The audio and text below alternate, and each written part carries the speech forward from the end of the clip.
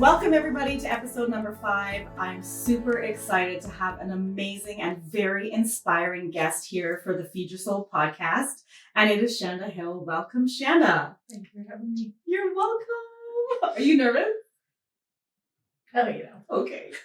It's okay. We're going to loosen her up. Actually, we are going to loosen you up because what you don't know is what I do with my guests right at the beginning is dance. We're going to do a little bit of a cheer dance, and then just to get us warm and going. I've been moving all day in the warehouse. But guess what? Boxes. You don't have to stand up. You can just sit and move. So here we go. Like, are you ready? Let's go, girl!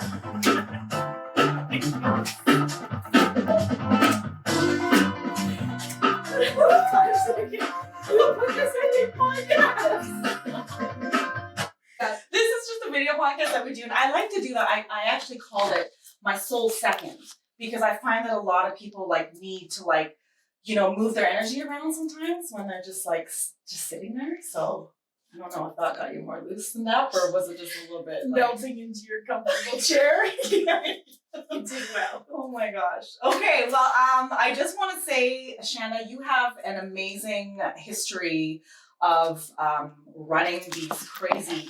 It's not even a marathon; they are triathlons. Yeah. And what you've done has been incredible. I have watched you kind of from the beginning. I don't know your whole story. But whenever I see glimpses of what you do, I am completely inspired by you. So it is just it's such an honor to have you here. And for those of you that don't know Shanda, she just raced in a big race in Italy in September. We're going to talk about that, aren't we? We're going to talk a little bit about that.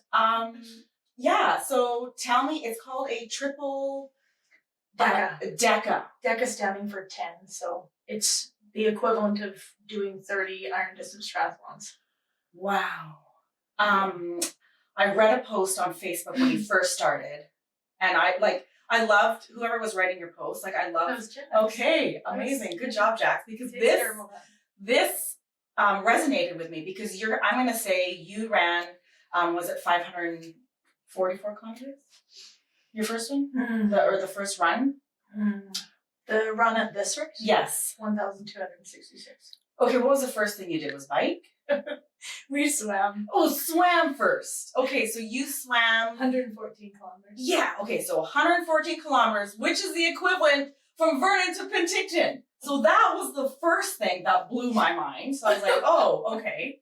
And then came your swim of 54.66. The bike was after, so it's swim, bike, and run. Swim, bike, and run. So the bike was 5,466 kilometers, yes. Which was the equivalent to Vernon to Miami, Florida. Jaw-dropping. Jaw-dropping. A little bit of a hard seat to sit on for a long time. I don't even know. I can't even imagine the human body doing this. I think this is why I was so intrigued by it all. And then you ended up with your run of 1,266, which was equivalent from Vernon to Saskatoon. Okay, this is no walk in the park. I did a half marathon and I was like, woo, and then I was starting to research Shanda. I was like, doesn't even compare. But it's so different, right? It's it's the equivalent of taking a marathon runner and then going out and doing a 100-meter sprint. Just opposite ends of the spectrum, totally. Right? You develop different muscles. You're sprinting versus your, endurance muscles. Yeah. And then when you have events that go on for days like this, it's just a different type of mindset. So what got you into this type of races? Did you start, have you been a trainer all your life? Were you physically active since you were young, or? I raced BMX growing up. Yes. Okay. So, which is brute force, quick twitch, 30-second, really, really fast decision making, 8 people on a gate with you. Yeah. When I was young. Yeah. And I did that off and on when I was 14 until 2003. Yeah. And then I was riding my bike up Silver Star and the vehicle hit me from behind. Okay, so when was this? 2003. 2003. Okay. So yeah, almost 21 years ago in March. And my body flew 30 feet from the point of impact. Yeah. It was really devastating. 100%. And I had no memory of the accident. So I was riding, fortunately, with another biker at the time. and he was able to give a witness statement. And it was 5 years after that was really, really devastating, because you go from a national level athlete. Wow. And you go to being flat on your back, in your bed, and my mom's rolling me over, because the trauma to my neck and my back and the bleeding in my brain was substantial. And at the time, even in the NHL, head trauma was not recognized. Yes. So they graded it as a level 3 concussion, which is the highest that they had at the time. Yeah. But it was a couple months afterwards that they even did a proper MRI of my brain to find out that there's dried blood in the front of my brain. So a couple months later.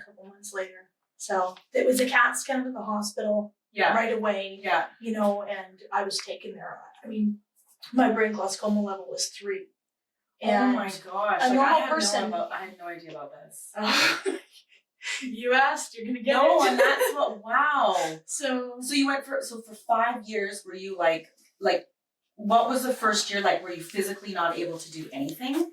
My first goal after the accident was to walk a kilometer. And that's what I always remember that and go back to that, because I just think if I had talked to somebody and they said in 20 years, you're going to run 1,200K, I would be like, you're a lunatic. Go back to the asylum. No, stuff like that. But at the time, you just try and make it through the day. Like, I had sensitivity to light, to sound, and my memory's still bad. Like, I'll see people that I've seen maybe once. Yeah. And they'll come up and they'll say hi, and I won't remember them. I'll see people that I saw 20 years ago. And the biggest part of my rehabilitation was learning to try to listen to somebody and put pieces of how I knew them or where I knew them. They'd come up and they'd say, like, I'd have no recollection of seeing a person, and they'd come up and they'd say, well, we were at the track earlier today, so I'd have a piece right there. And I go, okay, so I know this person from the BMX track, probably. Yeah. Or they'd say, how's your mom and dad? Okay, I would know that, they know my family.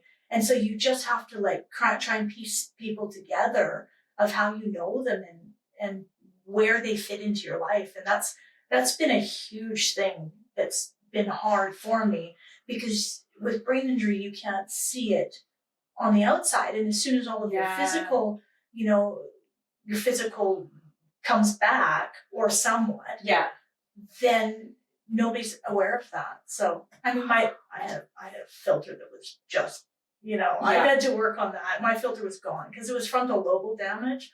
And So you come from being like BMX athlete, like obviously your determination mindset is kind of who you are today. So you had that as you were competitive younger, to this accident that has completely taken everything from you. Wipes out your identity. It does wipe out your identity. So that must have been I'm getting goosebumps, because to think of something to go through so very traumatic, like for you to come out and to be where you're at today, I think is just awe-inspiring, Shanda. It really is. I think it grinds you into the ground and would kill you, or it makes you tough. That's what I love about the situation, is you were like, I'm not gonna get ground Well, you do wallow in it for a while. And I think that's what so many people don't realize is I wasn't get up and fight right away. I was knocked down. And it was a number of years afterwards that I'd gone through, neurologists, psychologists. I'd been flown to Vancouver, and, they'd done multiple tests on my brain. And then one day I'd expected them to at some point put me back to where I was. And that was, I think, my biggest struggle, was thinking that I was just someday magically going to be back where I was before I got hit. Yeah. And the only time I was able to move forward was when I was able to accept that this is what it is, and I'm just going to have to take the pieces of what's left and just move forward. And that's a hard thing to do. So it is a hard thing to do. It really is a hard thing to do. I think it's because you were so used to living one part of a way, and that's all you know. So here you are going, like you said, your identity is wiped, and who am I? Yeah. So you pick up the pieces, but millions of people do it every day. It's not necessarily a brain injury. It's marriage, it's divorce, it's life, and you you gotta pick up the You gotta pieces. pick up the pieces. Yeah. And that's where we get to learn and grow in life, is where you do. And I think that life is a journey, you know, and like it's full of the ups, it's full of the downs. And not everybody's gonna have ups all the time. Like we have to learn to ebb and flow. And you obviously are You're forced to. You're forced to. You're forced to. Yeah. So if you fast forward to, you know, a number of years after my accident, the doctors said, you know, don't go back to BMX.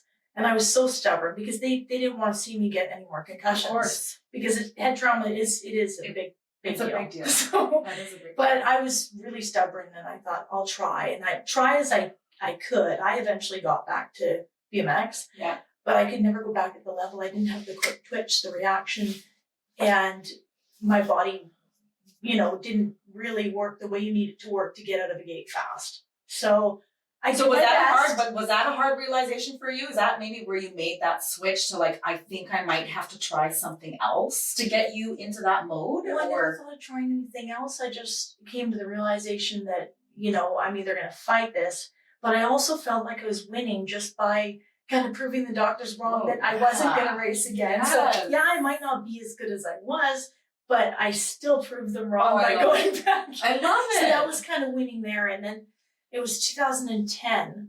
My dad and I don't know, it was like a couple girls in the sauna at the gym. Yeah. And they were sitting there and talking about a half marathon that they were going to do.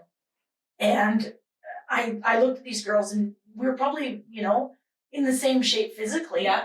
And I looked at them and I thought, Jesus, if they can do that, I can probably do that. So anyways, I went online, found the race they were talking about. It was a couple weeks away. And I thought, okay, well, what's the worst that's going to happen, right? If you don't try, you won't know. So I signed my dad up too. Amazing. Dad, you're going to do this with me. Poor dad. Anyway. In a couple weeks. Yeah, in a couple of weeks.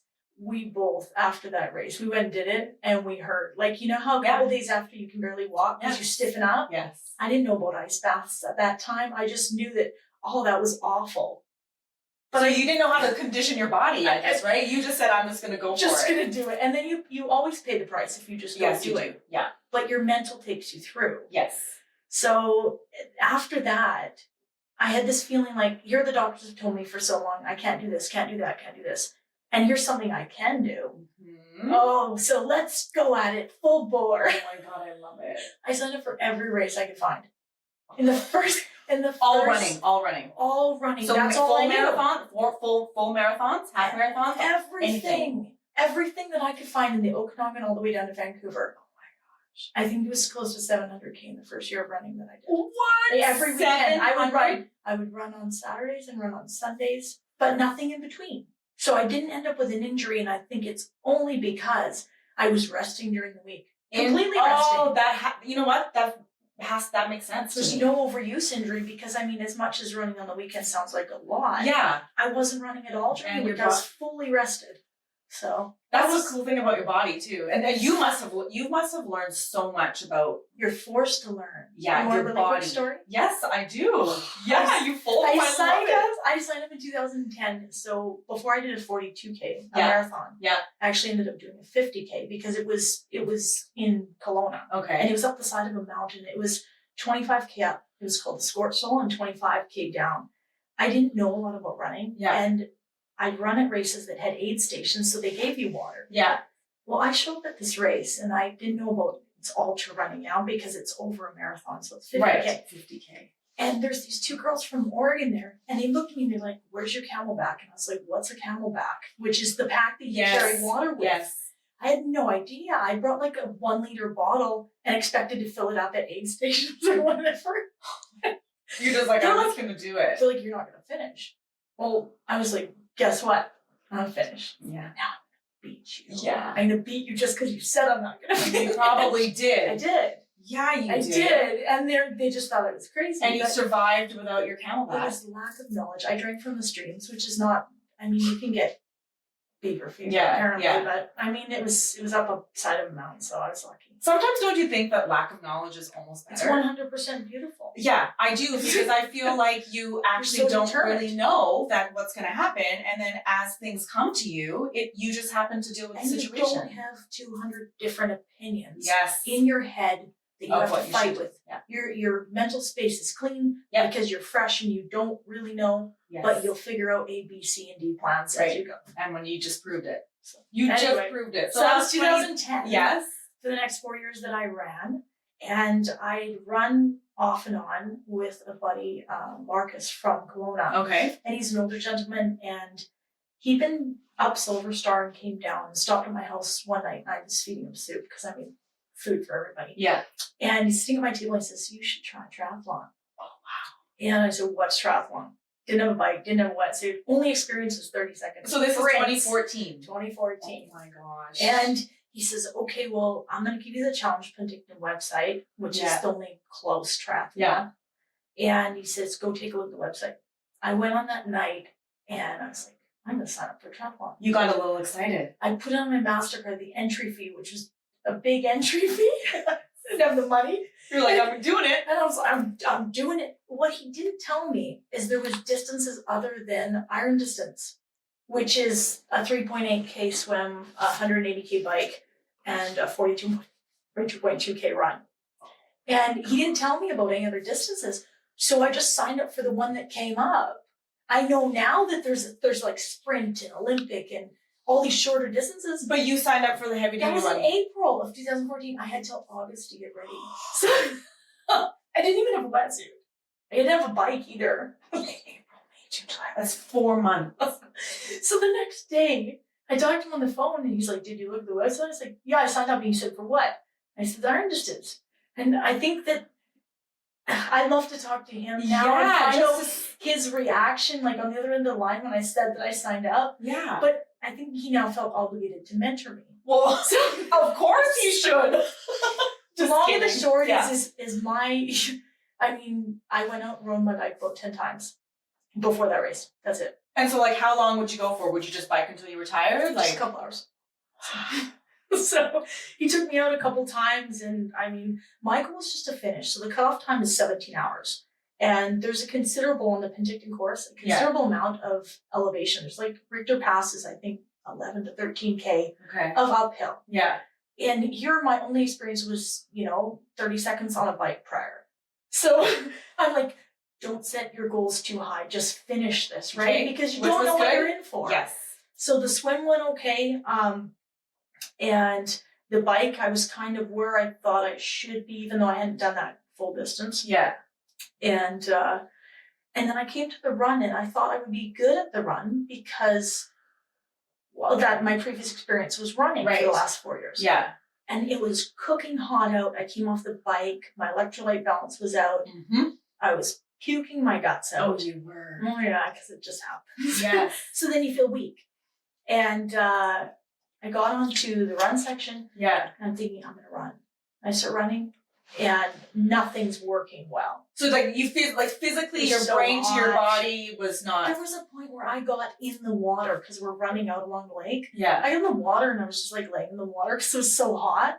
I don't do heat very well. Oh my So, gosh. anyway, ended up walking almost all of it, Okay. but finished in Finished it. 14 hours. So Well, that's still. I was like, I beat my goal. So That's amazing. and then you think you're finished because you don't know that something bigger exists.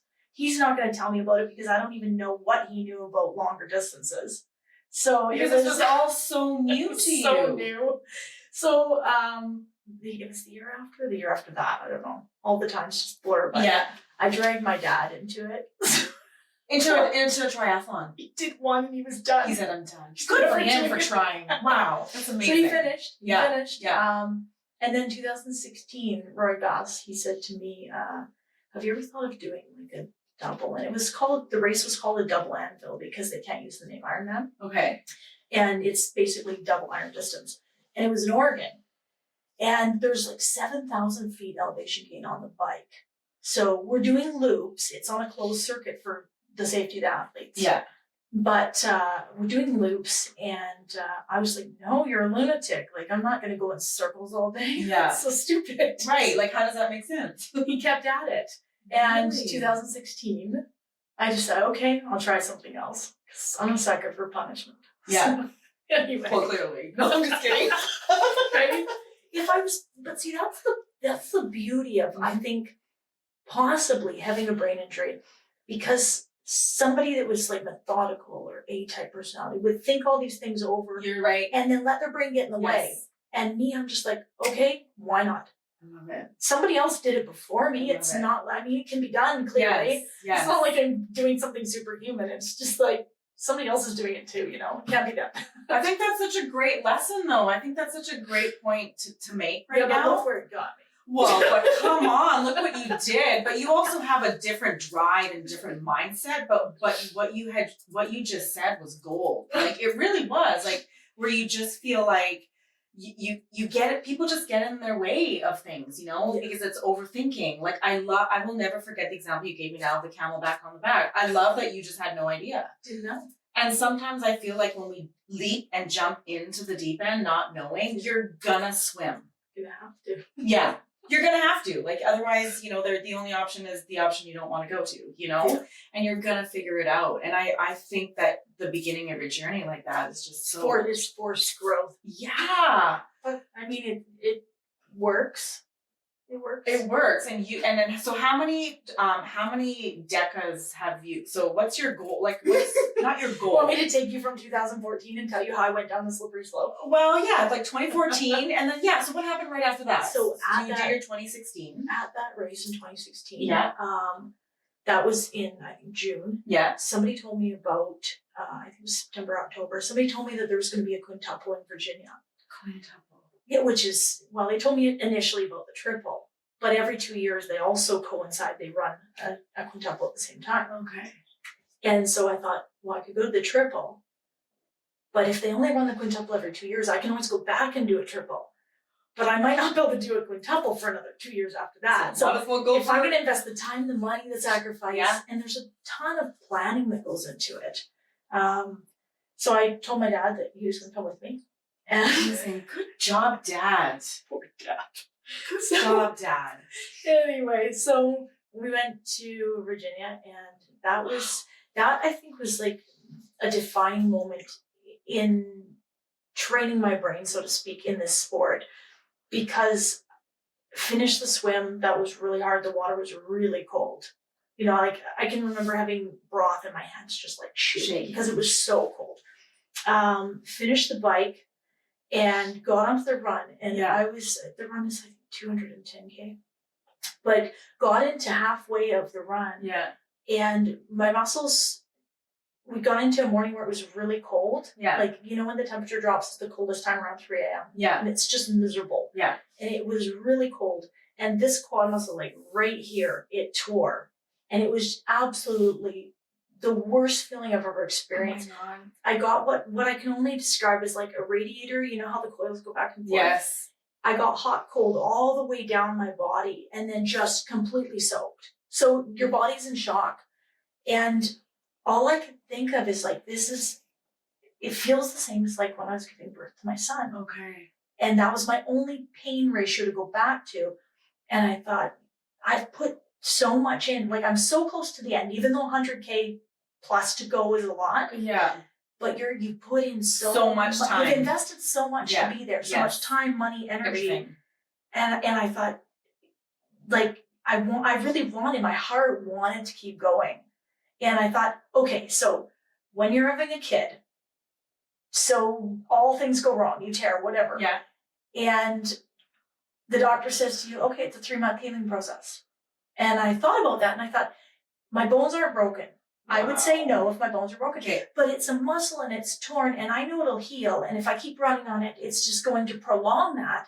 But ultimately, I don't feel like I didn't feel at the time like I'm doing permanent damage. And I've never had a problem with it since. Really? So, no, it's the damage that happens is not physical, it's psychological, because I've always felt, how do I say this? I've always felt like, should I baby it? Oh, Yet it's reacted perfectly. It's healed. And it's always given me what I needed. But psychologically, there's a weakness there where I've said, okay, am I pushing too hard? Will it flare up? And it never has. So I've had to get over the psychological part of thinking, you know, like that there's a weakness there when there actually isn't. It's completely healed. But anyway, back to the Wow. the treatment. It's a mind. It's No, a mind it is. I'm game. very intrigued by the process Interesting. that you, and even you comparing to the pain threshold of having the child, and you in that moment saying, I was able to get over it. It's just a quick tear, but you knew how painful that was, but you were able to put that into comparison. Like, I just think that is a brilliant way of thinking. But the neat thing is, this is the most interesting thing that happened. 30 minutes after, when I continued, I was like, okay, I'm just going to try and breathe the same way as when I was having my son. Yeah. You know, and breathe, and focus only on my breathing and not the injury. Because if I focus on the injury is going to become, it's going to become everything I think about. And 30 It's minutes. true. Yes, it is. It's We true. get in our own way. We get in our own way with everything that we do. Let us learn a couple lessons from Shanda Hill over here. Amazing. But your brain, this is the part where my brain was starting to become just like your muscles, it grows. And this was the part that I feel is the most, the defining moment, because 30 minutes after that, it went numb. And I believe that's it's partially your shock response. Yeah. But it's also, I think that we are able to do things that we don't think are possible, but we have to train our brains to become that way. Yes. And so I always go back to that. Yes. Whenever I'm in pain somewhere, and I always say, am I going to let the pain that I'm in determine the race? Am I going to let it stop me? Yes, it's there. There's no denying it's there. But there's also so many other amazing things about the race that come of it, the people you talk to, the experiences. And if I obsess over it, it will become huge. It's like a pimple on your face. Yeah. You obsess over that pimple, I know. nobody else is even going to see it. No one sees But it. it's going to be massive in your mind. Yes. My gray hairs will become twice as gray as they were yesterday. 100%. My clothes will become tighter because I think I gained weight overnight. Right. We're ridiculous. Yes. So oh wow. It's so cool. It's so cool to hear that. And I'm so actually really thankful that you're sharing this, because I really think that so many more people need to learn from this, in everyday life. Like you said, it doesn't have to be like a triple decathon or, it could be like in anything that you do in your life where you're just like, what are you fixated over, right? And if it's going to continue to be fixated over something that's going to give you pain, well, then you're going to have pain, right? And to just kind of work with it. So have you learned how to these big races that you've done? Okay, so after 2016, so then how many did you do? So then kind of roughly, what have you done since then? So much more. My cumulative total of races finished is 135, equivalent of iron distance triathlons since 2016 to now. So in 8 years, and minus there was 2 years I lost because of COVID. Yeah. 8 years. So 6 years of racing. And you were the only female, don't you have a record like that? Only female in the world to complete a triple, am I saying it right? When I finished, I was the first female, and there was 2 more females that finished after me. But I'm the only female in the world and the only person in the world to finish 2 double decas back to back. The only person. Yeah. Shanda, how does that make you feel? Well, it's relative, because I'm racing with people that are doing, similar stuff that I feel is just as hard, so I don't feel so special. Yeah, but from an outside perspective, if I had to look in, it is quite fascinating. But I think that the beauty of the story is what you went through in 2003 to probably thinking, did you think that you were not going to make it at some point? Did you think, or did you ever feel that? Or did you feel like you were going to, was it ever that point where you weren't sure? Or was it not make it as in not want to get out of bed every day? Yeah. From the pain that you're in, the sensitivity to lights. There's one instance it stands out so much in my mind. And I was in the upstairs bedroom at my mom's house. Yeah. And my mom was downstairs and my dad was in the living room, and it was later on the night. And there's a sound that TVs emit that's really, really high frequency. And if you're hypersensitive to sound, you become receptive to this. And I had that. And so my dad would turn the volume off on the TV. My mom's downstairs. Yeah. And this is late at night. Yeah. And I would hear this sound. I'd be like, the TV's on. And my mom, I'd yell down to her, Mom, tell Dad to turn the TV off. He's not watching TV, because there was no volume, so she couldn't hear it. And then I'm laying in the bed thinking that I'm losing my mind because you're hearing something that nobody else is.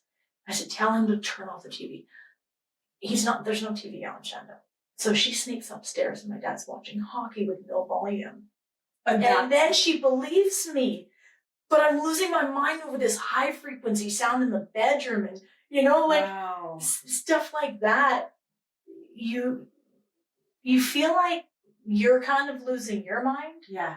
But then there's little glimpses of hope when your mom affirms that, the TV was is on. It is on. Yeah. What a mind game. There's a lot of times when I didn't want to go on because I just wanted the pain to end. And I was stubborn because I wouldn't take pain medication because I was scared I'd become addicted to it.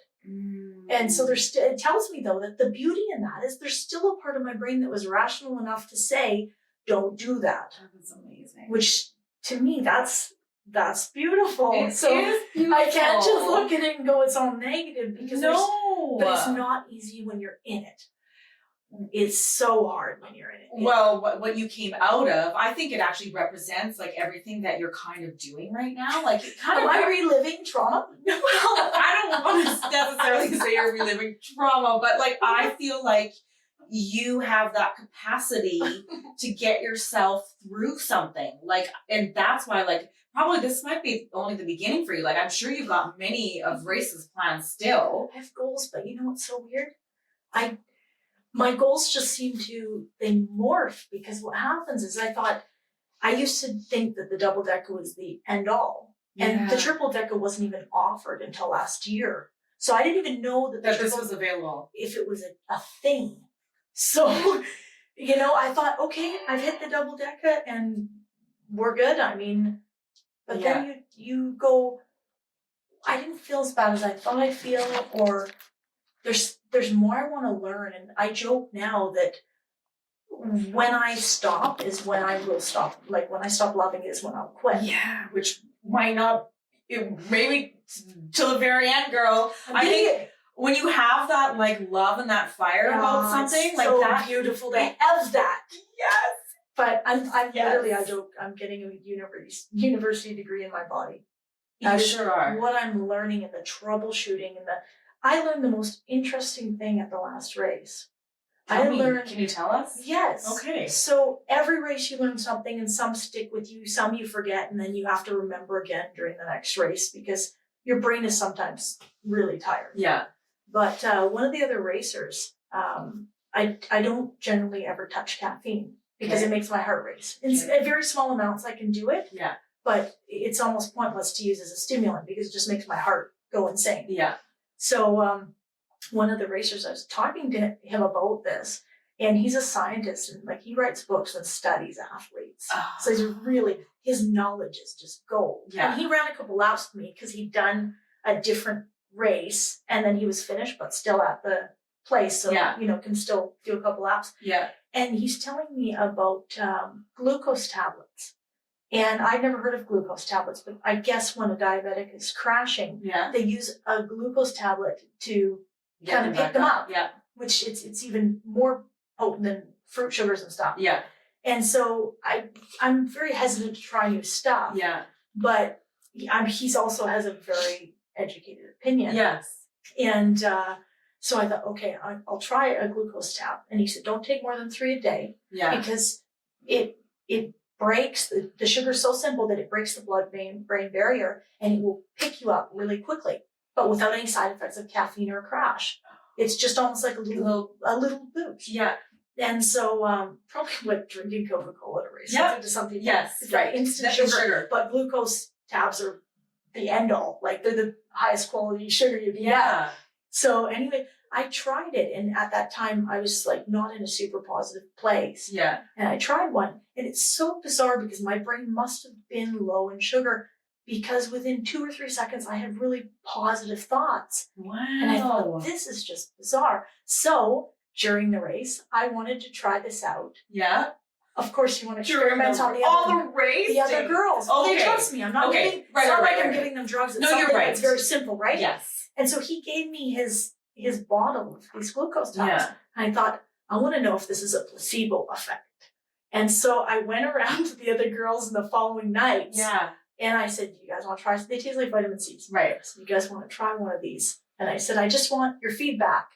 And they trust me well enough to know I'm not giving them something. Of course. Right, because I care, which is course. great because we have great relationships and I would never do these girls wrong. Yeah. So anyway, the one girl that tried, well, they both did eventually, but the one girl that tried it the first time, she said to me, she says, I can't believe it. She said, I felt like I wanted to stay up all night long and I couldn't even sleep. And I thought, maybe your brain was really depleted of sugar.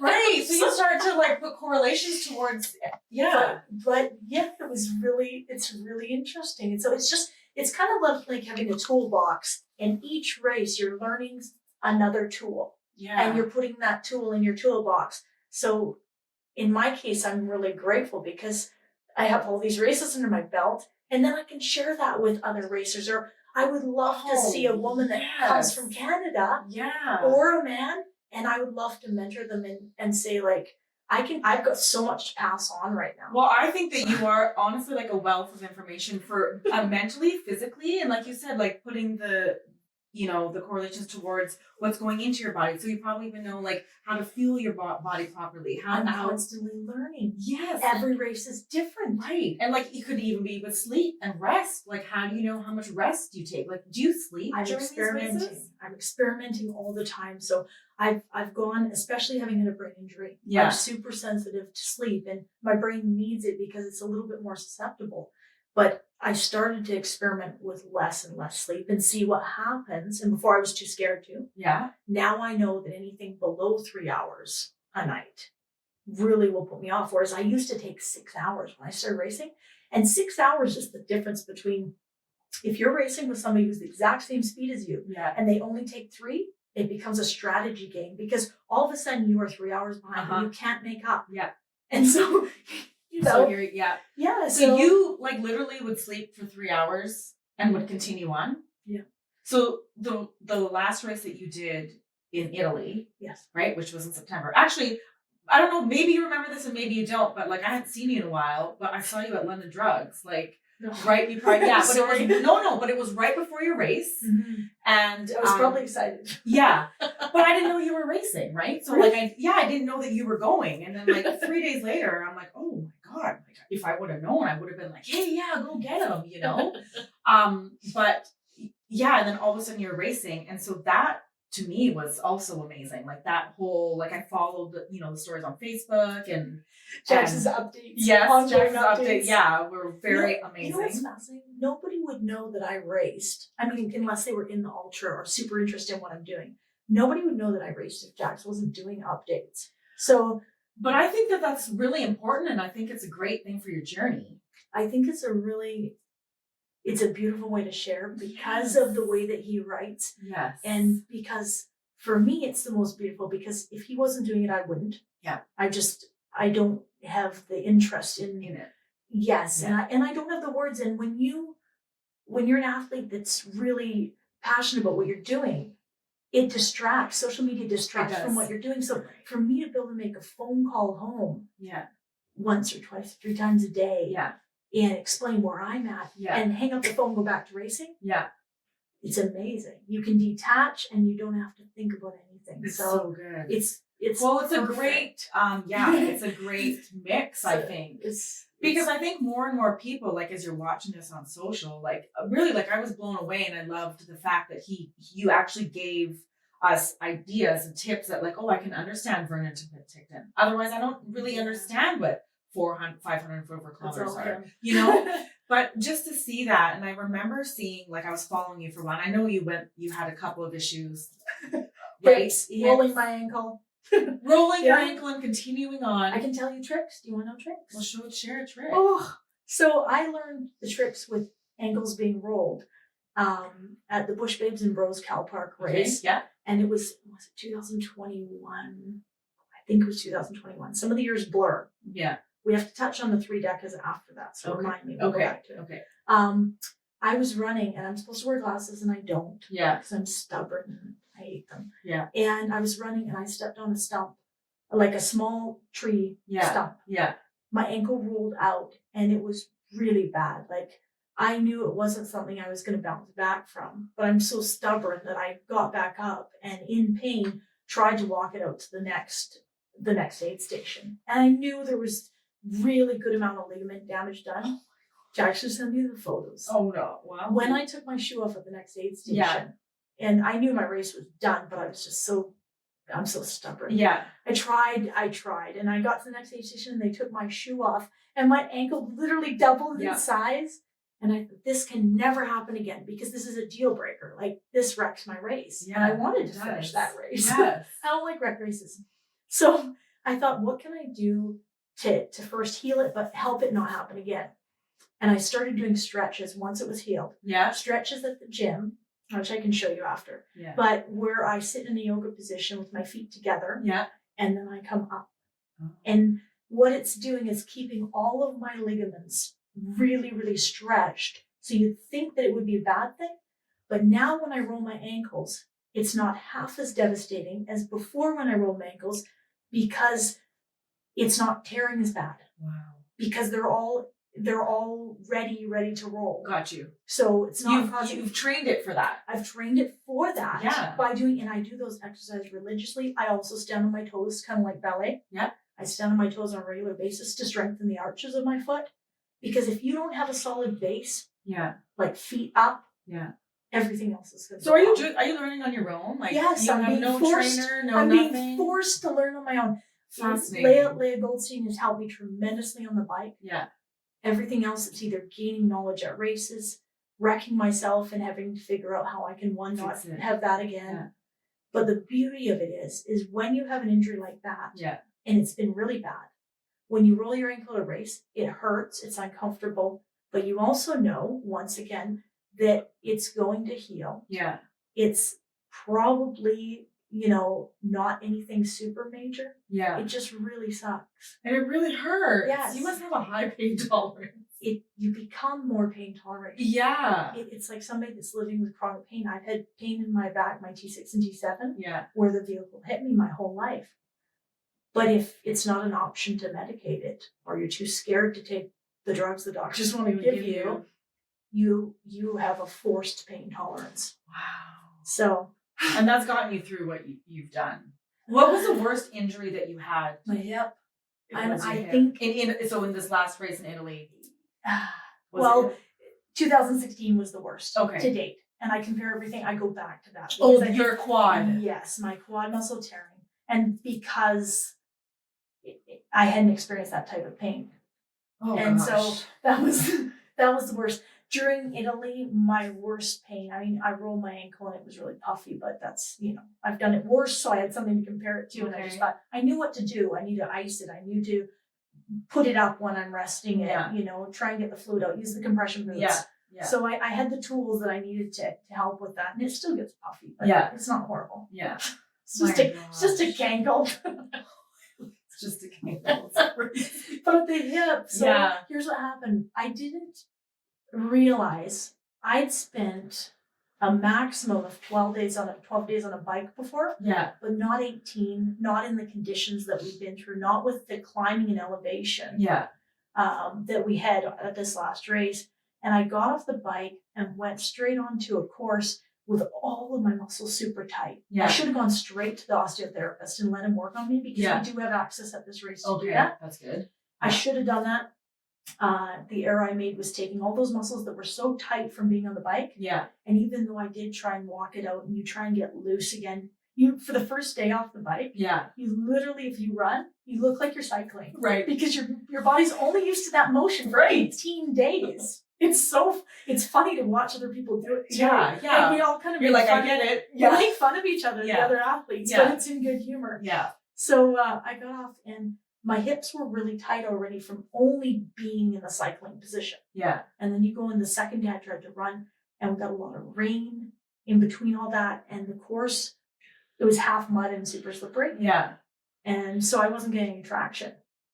And I think that caused muscles that were super tight to be pulled and then continue going. You get to day 5, you get to day 10. Yeah. And it's just compounding. Yeah. The good thing is when I finally hurt badly enough, I started going every day to the osteotherapist. Okay. But it's hard because mentally you have to take time out to take care of you. Yes, and but you don't want to just take push. that. I know. No, and this can be parlayed into everyday life. You know, like if you're not taking time out for you, even though you're doing something that is technically about you, but you're not. But you need to rest. I think, like, I don't know if you grew up that way too. Like, but I grew up thinking, like, in my mind, like, because I'm mentally, like, driven too, right? Go. But go push, go do this, do that. But then there comes a point, your body actually, I think, is the best indicator. It tells you. But if you can be in tune with your body that way, you will know, like, when is too much, when is not too much, like, when is it gonna, you know, give out on you, or when do you actually need to take a rest? When you can push. Yeah. Because then if you push past those limits, you push through burnout. And then you break down, you've got burnout. It could be whatever the case it may be, you know. It's not just your body, it's your mind too. Oh, man. We're good at that. Oh, yeah. And so I feel like rest is also another really great point that we're making in this podcast, is that you have to take that time to rest. Yeah. Otherwise, you can't really replenish. I just find the body so fascinating. Like, you want to know a fascinating thing? Yeah, so, I do. going into this last race, and I'm experimenting every race. Yeah. Because no two races, you have different temperatures. You deal with cold, hot. Yeah. You have to change your eating according to that. Yeah. My goal with this race was to not lose any weight. And that's a very, very complex and hard thing to do when you are putting out so many calories per day. I'm averaging on the bike probably 10,000 calories a day. Wow. You know, and that's to leave me not in depletion. That's just to top up and have the energy I need. So it's pretty, it's like, that's like 3 18-inch pizzas if you were to just eat crap food. Right. You know? Yeah, like totally. You are constantly eating. Yeah. Something that was really interesting is the water that we had access to was not sitting right in my stomach, and it was just bloating me up. Oh. And so I had to troubleshoot and figure out what to do. Yeah. And I switched to almond milk and rice milk and rice chocolate milk. Yeah. And had the support that was able to show up. Yeah. Go and buy this. And I did not drink any water on the bike at all. You did? For 18 days, I drank rice milk and rice chocolate milk and almond milk. And that's why I believe I was able to, I mean, I had rancho, I had 30 pounds of fruit. So you were able to, But I was literally drinking liquid calories. And the most interesting thing that I learned is normally at races, when you get low in vitamins, I think it's B7. No, I don't know. I don't know. It's been a while. I have to top back up. But you get, from riding, you get cracks on the sides of your mouth because your skin gets really dry. Yeah. From having all of the almond milk and the rice milk, which is fortified, I didn't get any cracks. There's another thing. You should write a book. My caloric intake was, I don't have the brain to write a book. I just want to race. Well, Jack will write it for you. You just have to talk. Poor guy. I didn't have any cracks on the sides of my mouth and my skin. Yeah. And I was able to maintain weight the whole race. Wow. So it's really It's puzzle piecing. You like puzzle piecing and that's the first time I've ever drank just not water. Yes. Well no. Mexico was, you don't even want, I don't even want to say it on camera. It was so bad. The water was undrinkable in Mexico. How can they give I don't know what my body had to do. Oh, this is embarrassing to say, but okay, this is people need to hear this. Go for it. I had nothing to drink that my body would keep down but Coca-Cola for 25 days. Really? So I should be dead. But you're not. The water made me sick. So all you drank was Coke? That's all that I had access to. We were in the middle of nowhere. You couldn't drive to a store to go get something else. We had to have whatever was available. Yeah. I don't talk about that on camera because to me I feel horrible for my body that my body had to go through that. But also I think your body, fascinating. That it is fascinating. And I also think that you fed it whatever you could feed it and it worked for that time. No choice. You had no choice. And you feel so bad, but it's psychological. Yeah, it is because it's like, so I won't forget that. And I'm under no circumstances would I ever like to do that again to my body. Yeah. But I just find it so interesting, that your body that my body was able to, you know, take that in and continue on. How am I not diabetic? Right. So Oh my God, that's anyway, so crazy. yeah, Wow. yeah. So that was the second double decker that I did, not last year, but the year before. Okay. And that was all I had access to. So okay, then there's another lesson is that you can find things to continue on. Like, you know what I mean? Like, just because it's not given to you and it's not there and what you're used to, find another option. we have to go back to you asked a question about the races that I've completed. Yes. What's important for people to know. And I generally had talked about a lot because I just felt it was unimportant. But as I learned more about myself, out of the 6 decas, so that's a 10 Ironman, out of the 6 I've attempted, I've DNF'd 3 of them. Really? Yes. People need to know this because people need to know that no matter how hardcore you appear or how stubborn you seem, there are sometimes things beyond your control. And there are also times when you get to a point you say, enough's enough. There's a race in New Orleans that I DNF'd. And I actually thought at that point that I was done racing. And I just came to a point, the love wasn't gone, but I think my body was tired, my brain was tired. Yeah. The logistics of it, the race for me is not easy. No, it's the easier part of it. The race is the easiest part of it. The logistics, the planning, the earning money, all of that goes into getting to a race is incredibly stressful for me because I'm not a planner. Yeah. I'm a just do it person. Yeah. So it got to you. Booking flights. Yeah. I hate booking Right. flights. Flying, I hate airports. You just want to go run the race. I just want to be at the race. Just somebody get me there. Right? Yes, if I had a secretary. Just do all the things. But there's so many things. Jax has been lumped with so many things over the years, and I'm sure. It's not even fair to him. But anyway. It's so nice. He obviously believes in what you do, though. So I think that's so wonderful to have that support. Or he takes pity. We'll have to ask him. Okay, well, we will. Right, Jack? Anyway, that's so awesome. There has been races where, there is a DM. So how do you feel at that point when you go through something like that? You feel like you just I can tell you how I feel.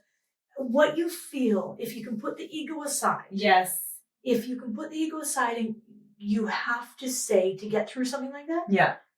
You have to go 2022. Most people don't know this if they weren't actively following me. Yeah. 2022, I set out to do 2 decas back to back. Yeah. So I went to Switzerland and my lungs had been pretty trashed from 2019. There was a lot of chlorine in the pool. That's a completely different story. There's so many. Yeah. My lungs were weakened and I didn't realize they were weakened as badly as they were. Yeah. Switzerland was basically, it was the straw that broke the camel's back.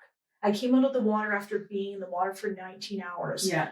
And my lungs just weren't taking in oxygen. They weren't working properly. And I couldn't, no matter how well my legs were trained, I couldn't go out on the bike and I couldn't get any kilometers per hour that I needed. My body your body's like have a nice day. If you can't get oxygen in your lungs, nothing else works. Right. Doesn't matter what kind of conditioning you're in. Yeah. My lungs had gotten to a point where they're like, have a nice day. So how far did you push until you were you surrendered? On the bike? Yeah. It was less than 100K.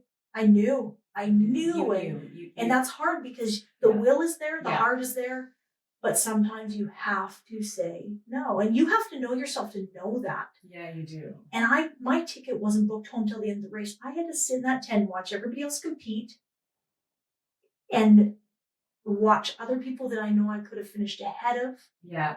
You have to swallow your ego and just say, you know what? I'm doing what's best. And if I'm smart and I rest and I figure out how to troubleshoot this, then I'll come back. Wow. And so I went home and I got oxygen treatments. Yeah. I got oxygen therapy on my lungs. And that is something I'll probably do the rest of my life because it helps so much. So much. So that's how I got out of that. But then here I fixed my lungs with oxygen treatment. Yeah. And then later on that summer, I went to Mexico and I was doing the 1 a day format. So 1 Ironman per day. Yeah. And the first day, I've never admitted this on camera. The first day, I ended up with a UTI. And I've never had a UTI. Ever. the pool Oh my gosh. there's no chlorine in it. Yeah. And it started to turn green. And I didn't know this. Once again, it's a learning experience. Yeah. By the time they got me an IV that evening and got me to the hospital, that's Yeah. how bad it progressed over the course of the day. Because I'm sitting on a bike seat for how many hours? 6.5 hours. And then trying to run. And I'm having pains that I don't know these pains. Right, because you've never, yeah. Because I've never had this problem. Oh my and so all gosh. of a sudden, I get to the point where I can't even run anymore. Yeah. They took me away by ambulance. I get to the hospital, doctor's like, "You in any water?" Oh man, like I didn't put two and two together because I didn't know what was going on. They put me on liquid antibiotics. It wasn't even a choice. They put me on liquid antibiotics. My race was done though, just like that. Just like that. And so I had in 2022, I had my entire race season, 2 big races, tons of, time planning, money, sacrifice had gone into it. All of a sudden, psychologically, am I not meant to race anymore? Yeah. And you ask yourself these questions because all of a sudden, what am I, a broken machine? So your confidence, once again, like going back to my accident, gets like your crushed. confidence is smashed, and you question everything because suddenly your machine isn't working right. Yeah. And this is not one thing, but 2 things that have gone wrong. Right. And it's humbling. And it's not just humbling because all of a sudden you've got a lot of people following you and they're asking, "Are you okay?" Well, you don't know if you're okay. How do you answer that? And you have to always go back to, what can I learn from this? How can I move forward from it? And how can I take it in the next race? Amazing. And the crazy thing is so many people saw the next year where I finished the equivalent of 40 irons, in less than 3 months. And they see that and they celebrate it with you, but they don't realize the hard stuff. The year before. Yeah, it was terrible. You DNF'd 2 races back to back. But I feel like, to me, it's a motivating story because like you do have to go through life and have those things that are going to push you down. And it is putting your ego aside. Oh, you have to. Because it's the ego that's actually going to come over you and take over and really it's not good for you. Mm-hmm. So as soon as you can just do that. Once again, we get in our own way. We do get in our own way. It's like, get out of the way, and let me just do your thing. And then there's always more opportunities after. That's the other thing too. We get so caught up in the one opportunity that we fail to realize that there's so much more out there. Yeah. Like you said, you had no idea there was going to be a triple one, right? You're like, I'm done. But I love how the universe just keeps like handing you stuff literally when you're ready and when you're not. It's beautiful. It is a beautiful thing. And, we'll go back to like what we talked about with that feeling of finding something you love. Like, my intent through this podcast is to have more people really dive into what it is that makes them feel that joy and that passion and that grit to like go and push. And I've been lucky enough to feel that. And I feel like this is what I want people to explore and to get out of your own way and to dive in, because I think that feeling is just, I don't know, it is such a beautiful thing. I think we get those feelings when we push ourselves to our most uncomfortable points. Yeah. And it doesn't have to be ultra triathlon. No. It could be skydiving. It could be anything that you put yourself in that position. You go, I'm growing as a human. Yeah. And this scares the crap out of me. Yeah. But it's not going to stop me from doing it. Yeah. So, so many people ask me that, like, how do you find your passion or whatever? Yeah. I don't have those answers. Yeah. But I do say to people, go and do things that scare the crap out of you. I love it. Because you might fall in love with one of those things. And it might take over your life. It might take over your finances. And it might consume you. But you're consumed with something so beautiful that you have that beautiful thing to live for. I know. And I've also thought about it, like as an athlete, that's not who I am. It's something I'm doing. Yeah. And when this is finished, I can take it and I can delve into something else and throw my heart into it. Yeah. Yeah. But this is a period of my life that I'm really embracing because I feel so grateful that I can do it. That's so amazing. I had a friend send me a little bit of a podcast thing today, and I was listening to it. Anyways, the main point that I want to share is it said you need to live by love. So whatever decision you make, whatever you're doing in life, is it the decision that's made by love truly, truly in your heart? Because it was talking about compromise. When you start to compromise what's really, really important to you, you know, as versus what other people think that you should be doing. But when you start to compromise what's in your heart, like, you know, I feel like you just really need to live with love. And that's, I think, how we become to live this life of finding our passion. So, you know, it's super lucky and super amazing. Like, what happens for sponsorships? Like, do you have any, like, if people are watching this and they want to know how to help you or how to get there, like, how can they reach you? Or is it through Facebook, through? They can reach me through Shanda Hill Ultra, ULTRA. Okay. On Facebook, Instagram. Jax is building a website. Amazing. So amazing. And working on sponsors for this year. That is so great. So anybody because I did see a lot of people saying, like, how can we help you? Like, I feel that is amazing publicity because people do want to see you and help you. Yeah, I never knew so many people would become so engaged when all of this started. And I don't take that for granted because I think if you were to go onto my Facebook, I think I have every amazing positive person on my Facebook. Yeah. And that's something that's so beautiful. It is so beautiful. Where else do you see that on Facebook? I know. Well, you've inspired so many, Shanda, really and truly. Like, I think just by being you and continuing to be yourself, I think what you're doing is fantastic. Thank you for being so motivating and inspiring to myself. You know, like, I mean, I thought I was like, you know, driven, but this is a different level over here. And I think it's just a different passion though. Yeah, but I think I can still learn from it. You know what I mean? Like, I can still learn. So thank you. Yeah. Thank you so much for being here. And I hope you guys enjoyed this episode. We're going to do one thing. I do like to end with actually the gift of our breath. So I like to take a one deep breath in and out. And those of you at home watching or listening, please do it with us. So you can close your eyes if you want to or not. But let's just all take one collective breath together in through your nose and release however you like. And just being in the moment and being present, I think that is one of the greatest gifts that you can give yourself. So thank you so much. We'll see you at the next episode. And Shanda, thank you so much for sharing all of your stories with us today. Thank you.